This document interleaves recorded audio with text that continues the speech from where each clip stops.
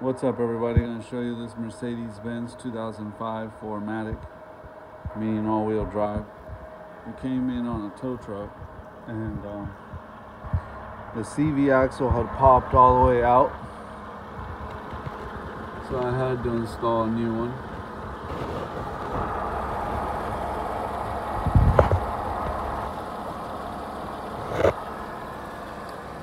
When it popped out, the lower ball joint on this control arm got damaged also.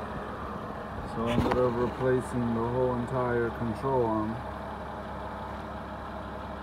Kept the tie rod, replaced also the sway bar link. That got damaged. So sway bar link, CV axle, and control arm is what we replaced on this.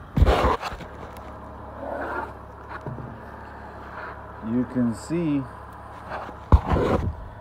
they're running on no tires, and it carved into the rim pretty bad where it caved in when the CV axle popped out. So that rim ain't really no good no more. I get the feeling they're gonna ride on it anyways. Other tires just about as slick. And I was looking at this side over here, and wanted to document the fact that the other CV axle is about to do the same freaking thing.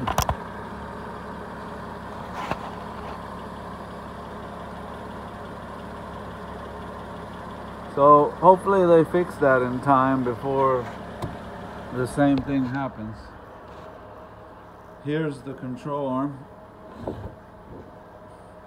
And as you can see, ball joint ripped right out. Here's the CV axle. And as you can see, it popped right out.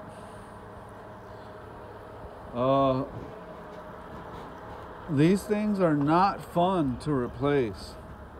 These CV axles. Here's the old sway bar link.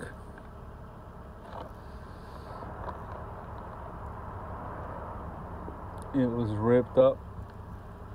And then this, he ordered both sway bar links. They sell you both on eBay.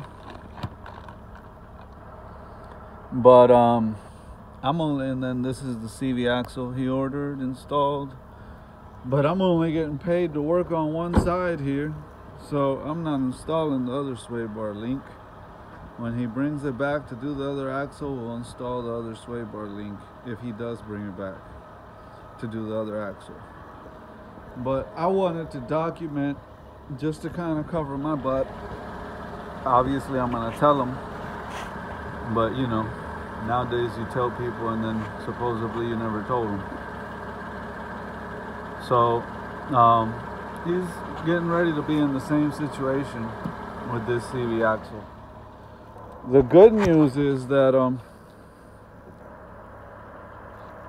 it happened when he was if she was driving. It happened when they were in a parking lot going pretty slow. If they would have been at any going faster, like highway speed, it would have ripped up that whole fender and everything, caused an accident maybe even. But these CV axles, the way they sit in here, there's very little room to pop them out.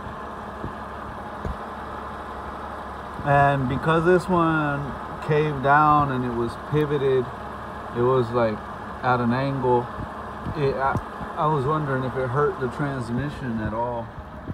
But it wasn't fun to get out. I honestly should have got paid more to get it out. You can tell this was hit right here. And because this was hit, it pushed this subframe in, and it didn't want to, you could unbolt the nut hides back in here. You could unbolt that nut and get it out. And this was smacked so hard that it still wasn't releasing that ball joint bushing from there. And then on this back side over here, the other side, obviously you got to remove this cover. this nut, when you go to get it out, it hits against the tie rod, inner tie rod. There's no way to get it out, so you gotta remove the dust cover boot and then push the tie rod up, release the outer tie rod from the inner tie rod, and push the inner tie rod up enough to get the bolt to come out. So it's a little tight quarters in here. Once you get this cover out from underneath, from the backside, you can kind of, with a flathead, work that CV axle out. But it's not a fun one to get out, like I said, and being that this hit a pothole or who knows what, I was all bent out of shape. I had to take a pry bar and really work at that to get it to come loose. But there's your new CV axle, new ball joint.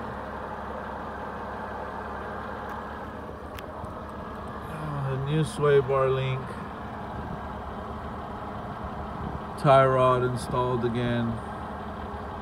Car needs an alignment, so I mean, you can tell from the wear on the inner toe is definitely out real bad. It needs a set of tires and an alignment.